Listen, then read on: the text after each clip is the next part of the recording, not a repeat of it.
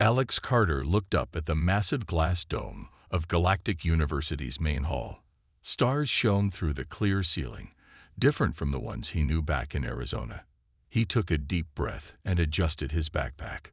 This was it, his first day as the only human at the most prestigious school in the galaxy. "Welcome, Earth being," chirped a small blue alien at the registration desk. The alien had 4 eyes that blinked at different times. "I am Zip, your orientation guide. Please keep your restraints visible at all times." Alex frowned.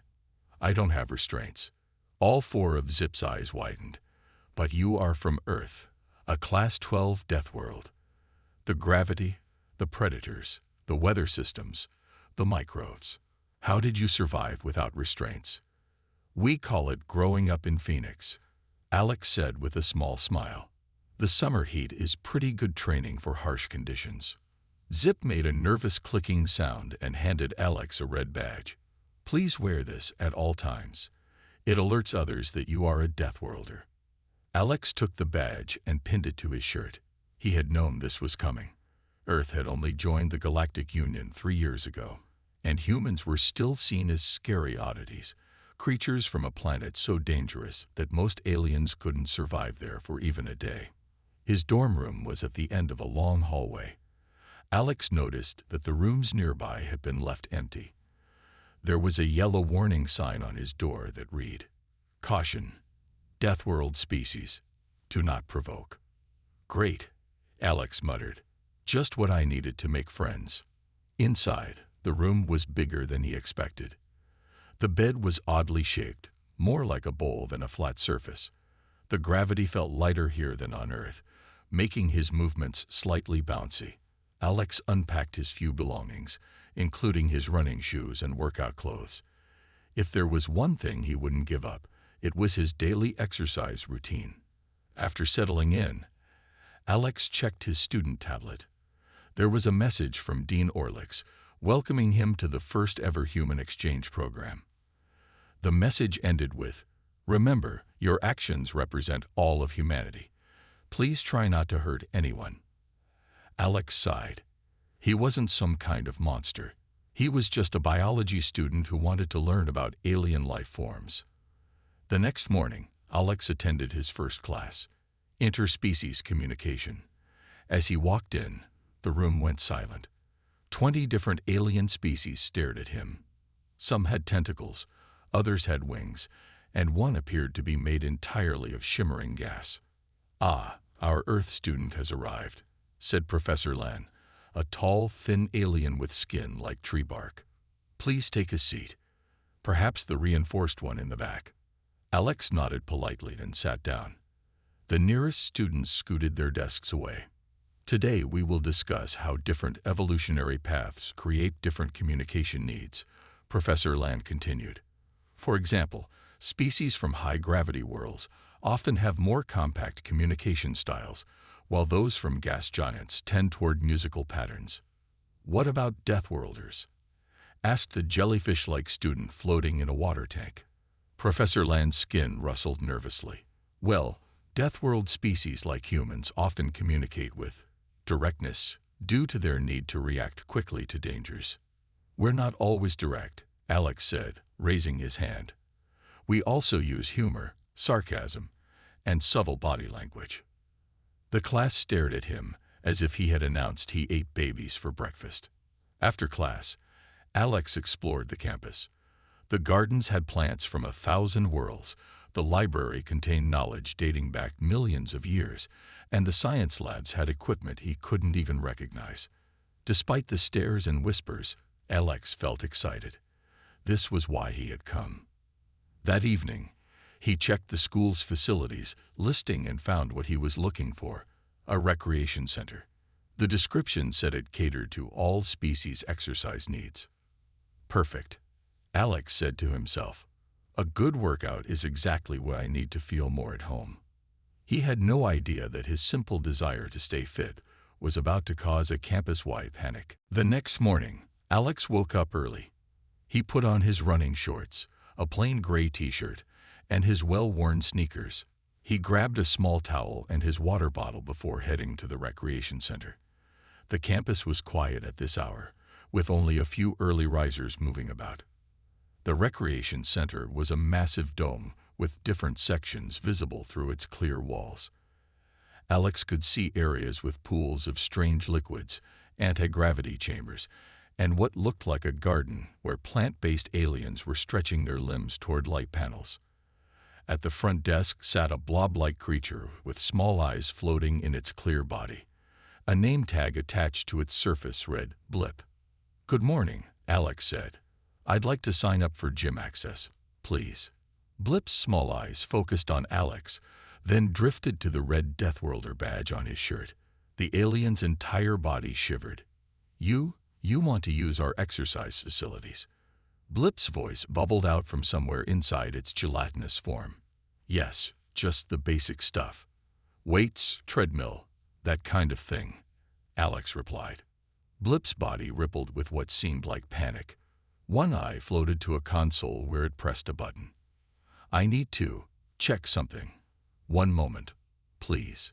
While Alex waited, 3 other aliens entered the center.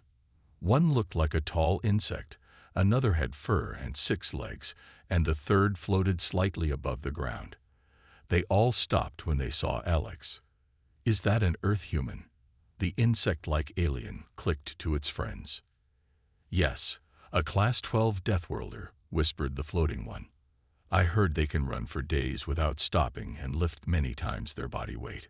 I heard their bones are made of internal rocks that can't break," added the furry alien. Alex pretended not to hear them, though he smiled at the internal rocks comment. Human bones weren't that tough, especially compared to some of the exoskeleton species he'd seen on campus. Blip returned his attention to Alex. "I've checked with my supervisor. You can use the facility, but you must sign this waiver." The waiver was long and written in both Galactic Standard and English. Alex skimmed it.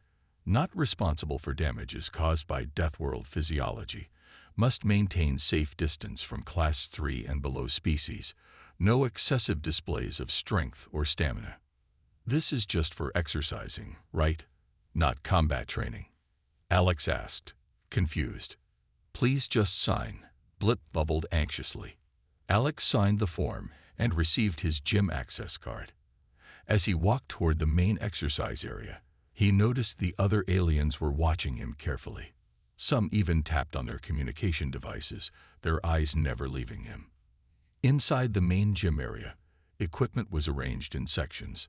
Most of it looked strange to Alex, but he spotted some machines that resembled Earth treadmills and weight stations. As he approached them, the few aliens using the equipment quickly finished their routines and moved away. Within minutes, the gym was empty except for Alex. "Well, that's one way to get the place to myself," he muttered. He started with some basic stretches. From the corner of his eye, he could see faces appearing at the windows. A small crowd was gathering to watch him. When he began doing push-ups, he heard gasps. "The human is practicing battle positions," one observer whispered loudly. "Look at how it stresses its muscle fibers deliberately. Such pain tolerance." Alex moved to the treadmill next.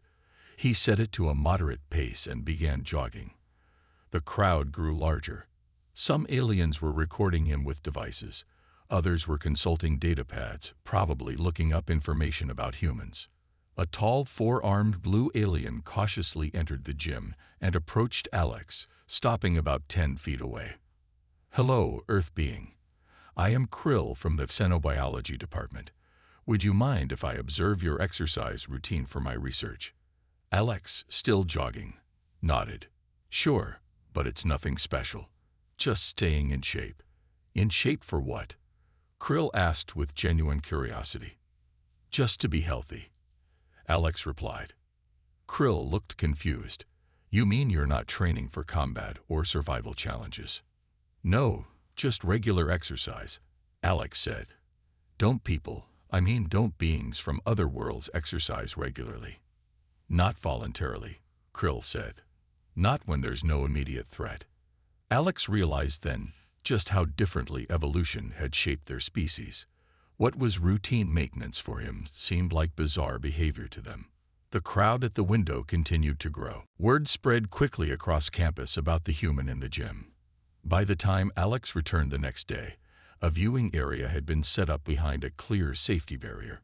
About 20 aliens of different species sat there with notebooks and recording devices. "You've become quite popular," said Krill, who was waiting for Alex near the entrance. The four-armed alien still kept a safe distance. "I'm just exercising," Alex said. "Nothing special." "To us, it is very special," Krill replied. "Most species avoid physical strain unless absolutely necessary. It causes pain, uses energy, and has no immediate benefit." Alex thought about this as he began his warm-up stretches. The aliens behind the barrier murmured as he touched his toes. "Look at that flexibility. Their spine can bend that far without breaking. See how it's already starting to leak water from its skin. That's the acid release beginning." Alex tried not to laugh. They thought his sweat was acid. No wonder they were scared. Today Alex decided to try the weight machines. He approached one that looked somewhat like those on Earth and examined it. The weight settings were marked in units he didn't recognize. "That's a Vexian muscle enhancer," Krill explained from a safe distance. "But I don't think it's rated for your kind." "I'll start light then," Alex said, setting the machine to what seemed like a low number. He sat down and pushed against the resistance bars with his legs. The machine barely moved. Alex increased the setting and tried again. This time it moved, but felt too easy. He increased it again. The watching aliens gasped as he continued to raise the setting. "That's the level used by Grontak heavy worlders," someone exclaimed.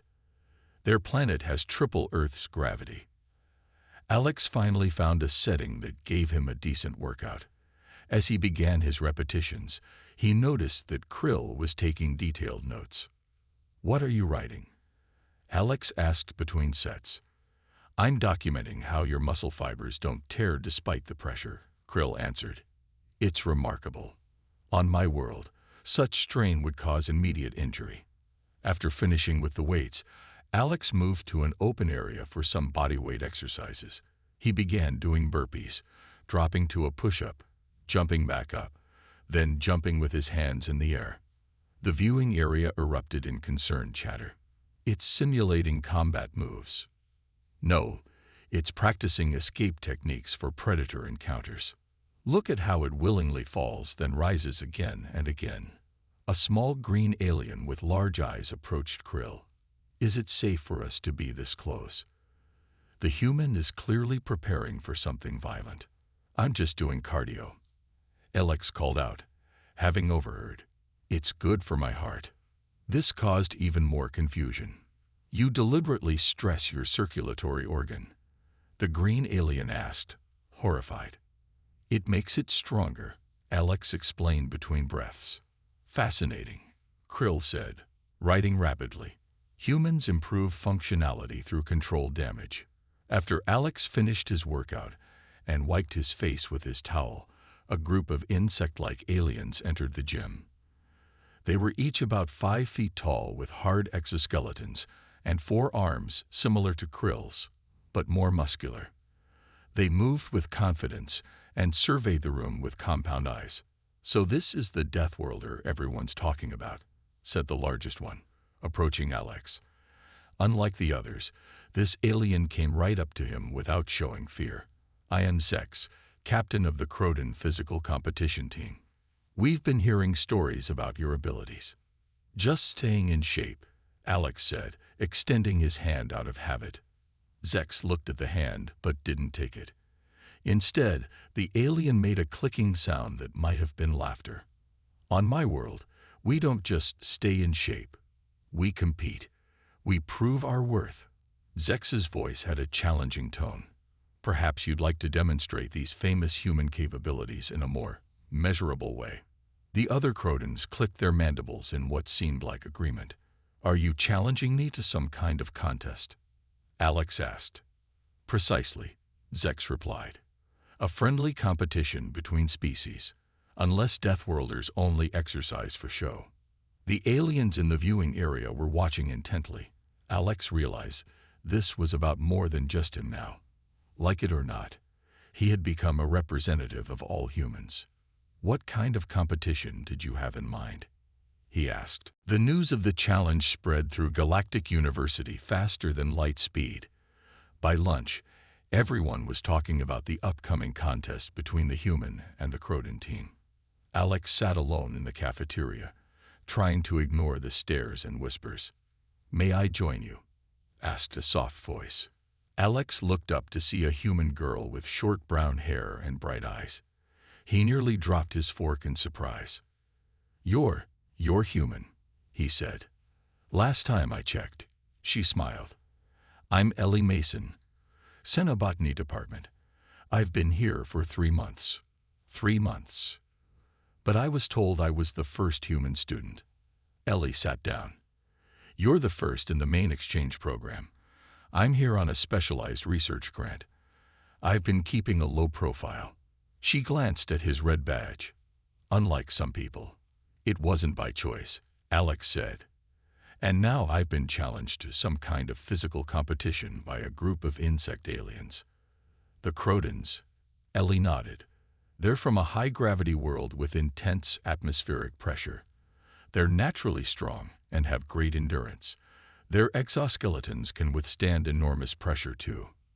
"Great," Alex groaned. "So I'm going to embarrass humans in front of the whole university." "Or," Ellie said, "you could show them what humans are really capable of. Not as monsters from a death world, but as adaptable beings who use intelligence along with physical ability." Before Alex could respond, Dean Orlix approached their table. The dean was a tall, slender alien with silvery skin that reflected the lights above. "Mr. Carter, a word please," the dean said. "I understand you've agreed to a physical competition with the Croden team." "They challenged me," Alex explained. "This is highly irregular," the dean said. "The safety committees are quite concerned. We've never had a Death Worlder participate in university athletics. I can withdraw if it's causing problems," Alex offered. The dean's skin rippled in what might have been surprise. "That would be interpreted poorly. The Crodens would see it as confirmation that humans are either too dangerous to compete fairly or too weak to face a challenge."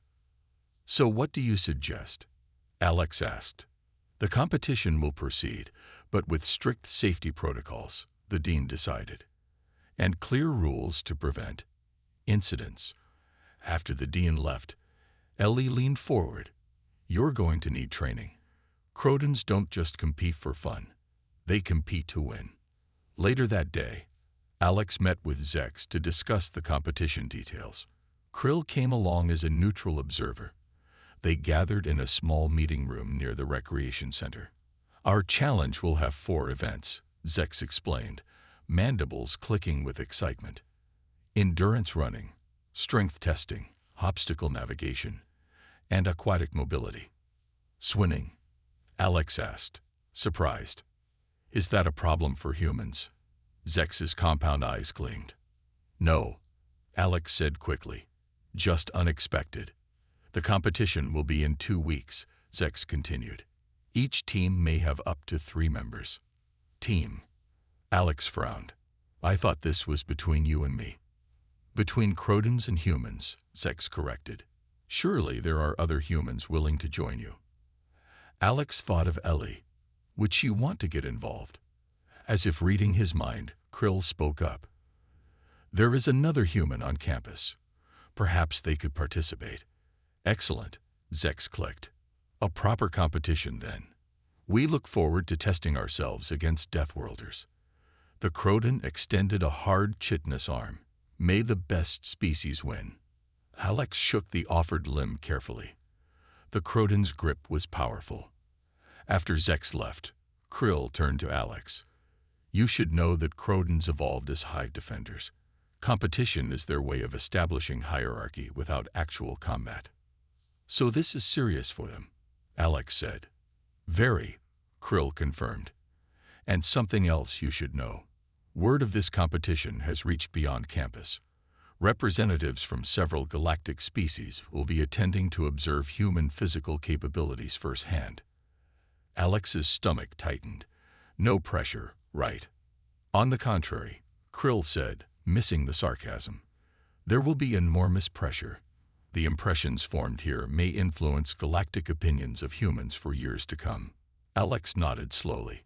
What had started as a simple gym visit had somehow turned into an interstellar diplomatic event.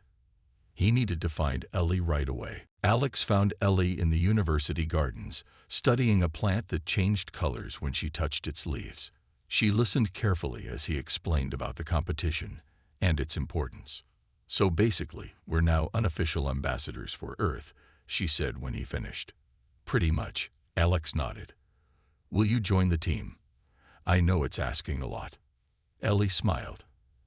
Actually, I've been dying for an excuse to exercise properly.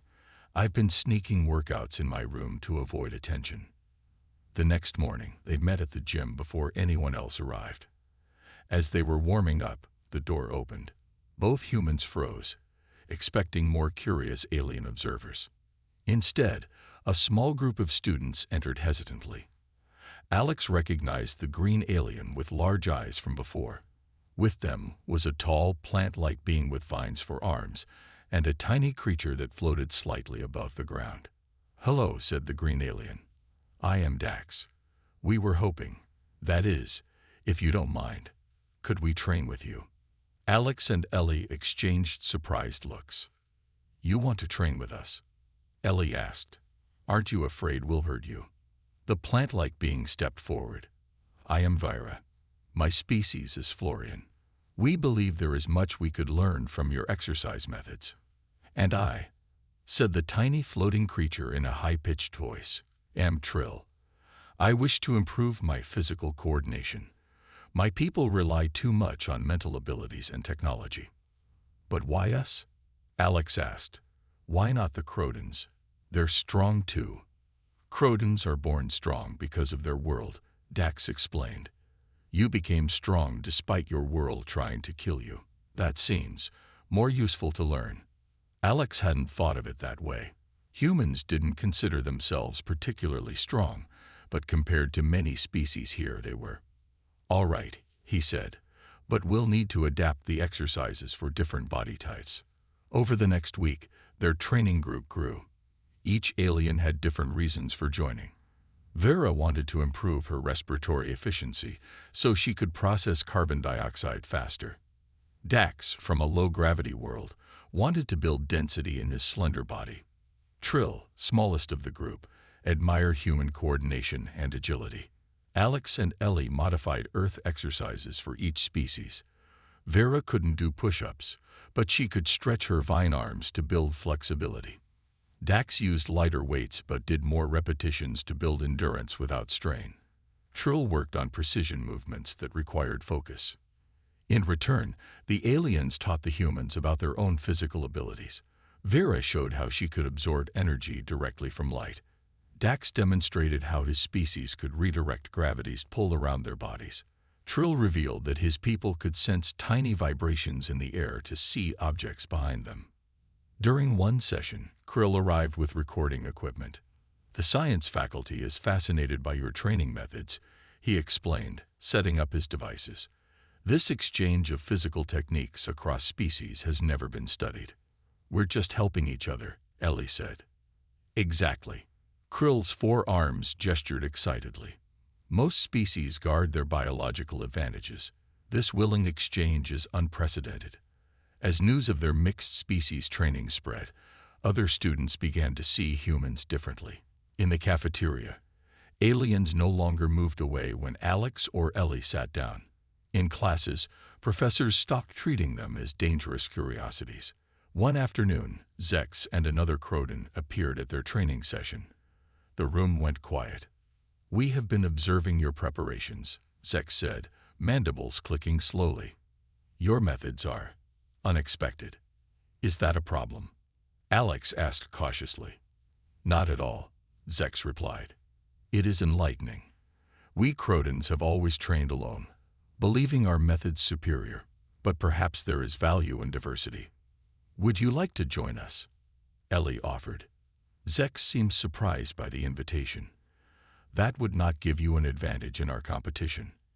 Ellie smiled. "That's not why we're doing this. We're all different species with different strengths. We can all learn from each other." Zex's compound eyes studied them for a long moment.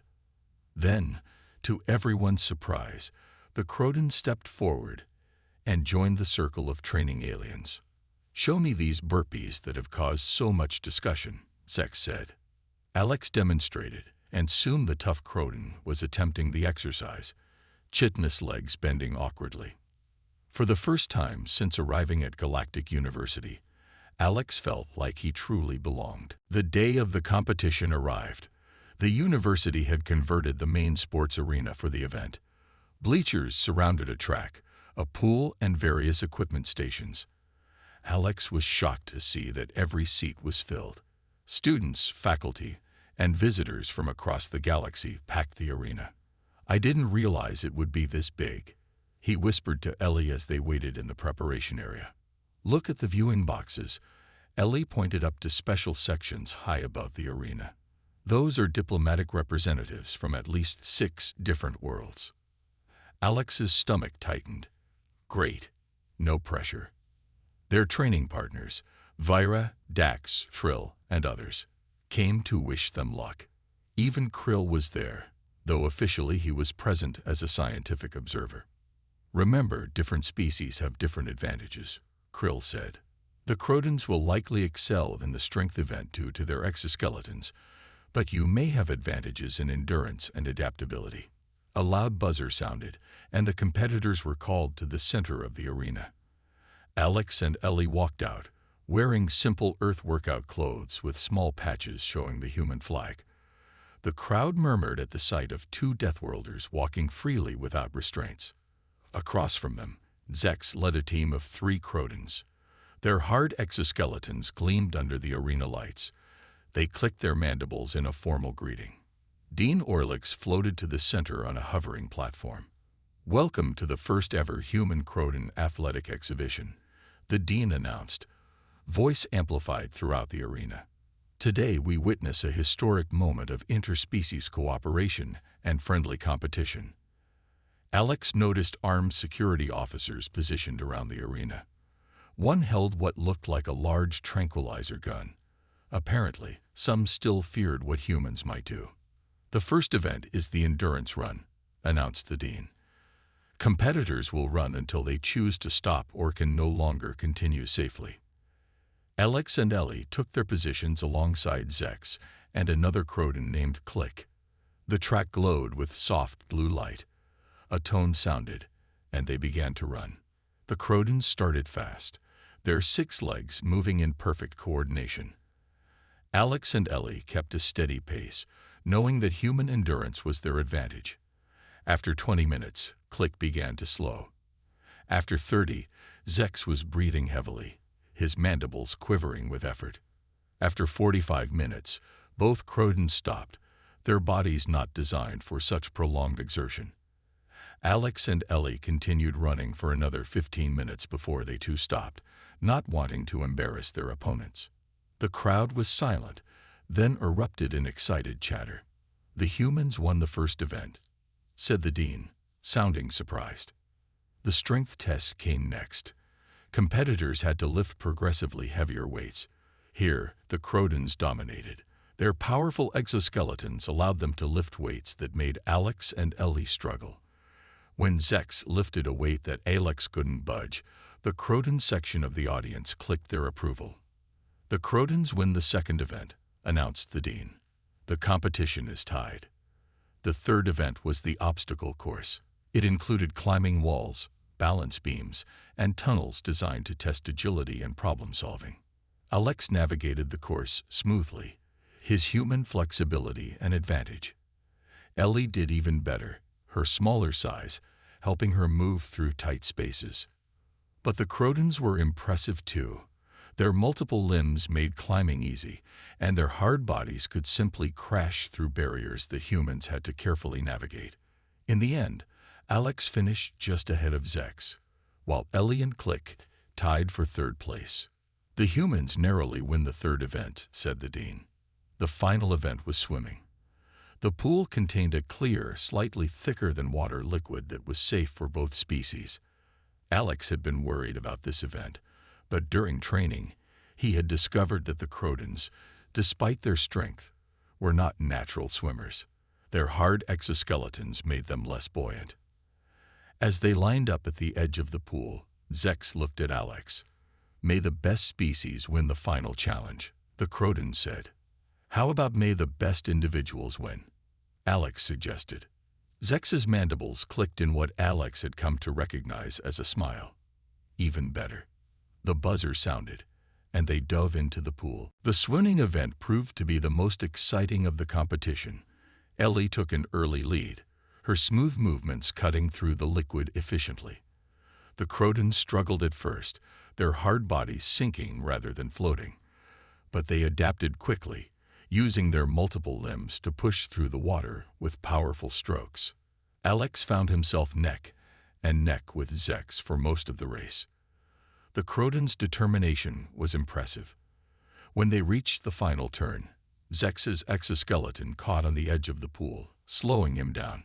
Alex could have pulled ahead easily, but instead he paused briefly, giving Zex time to recover. They finished the race together, touching the edge of the pool at the same moment. Ellie had finished first, with Click coming in last. As they climbed out of the pool, Zex turned to Alex. You could have won, the Crodon said quietly. It wasn't about winning, Alex replied. It was about fair competition. The dean floated over on his platform. The final event results in a tie between teams. The overall competition is therefore a draw. The crowd erupted in cheers and clicks, and various other sounds that showed approval across different species. The diplomatic representatives in the viewing boxes were talking animatedly among themselves. This is unprecedented, Krill said, approaching with all four arms waving excitedly. A perfect demonstration that different evolutionary paths can lead to equal capabilities. The dean called all the competitors to the center of the arena. Today we have witnessed something extraordinary, the dean announced. Not simply athletic prowess, but a new understanding between species that have evolved in vastly different environments. Alex noticed that the security officers had lowered their weapons. No one was afraid of the Deathworlders anymore. 2 weeks later, the recreation center looked very different. The separate exercise areas were still there, but a new section had been added in the center, a mixed species training zone. Equipment had been adapted to work for multiple body types. Training programs developed by Alex and Ellie were posted on the walls, with modifications for different physiologies. I never thought I'd see Florians and Micronids working out together with Crodons, Ellie said as she and Alex watched their former training partners exercising together. Or that we'd be teaching a class on human fitness techniques, Alex added. Their human-style training class had become the most popular activity at the recreation center. Students from all departments signed up to learn exercises adapted for their species. Even some faculty members joined. Dean Orlix had called them to his office the previous day to share some news. The diplomatic representatives who attended the competition were most impressed, the dean had told them. The Galactic Education Council has approved funding for a full comparative physiology program at our university, with you two as teaching assistants. All because I wanted to stay in shape, Alex had said, still amazed by how events had unfolded. Now, as they watched the mixed group of aliens exercising together, Zex approached them. The Crodon had become a regular training partner and friend. We have a new idea, Zex said. A team sport that all species can play together, using the different strengths of each. Like basketball, Alex suggested. Show us this basketball, Zex clicked eagerly. Later that day, the recreation center echoed with the sound of a bouncing ball and the excited voices of a dozen different species learning to play. They had modified the rules to accommodate different heights, body types, and abilities. Florians used their vine arms to pass the ball great distances. Micronids like Trill could squeeze through tight spaces to make surprising plays. Crodons used their strength for defense. Alex watched as Ellie showed a group how to dribble the ball. The red Deathworlder badge he once wore was gone. In its place was a simple university ID card, the same as every other student carried. "They're not afraid of us anymore," Krill noted, standing beside Alex. "Fear usually comes from not understanding," Alex replied. "We just needed to show them we're not so different after all." On the court, players from a dozen worlds, once separated by fear and misunderstanding, now moved together in a game that celebrated their differences instead of fearing them.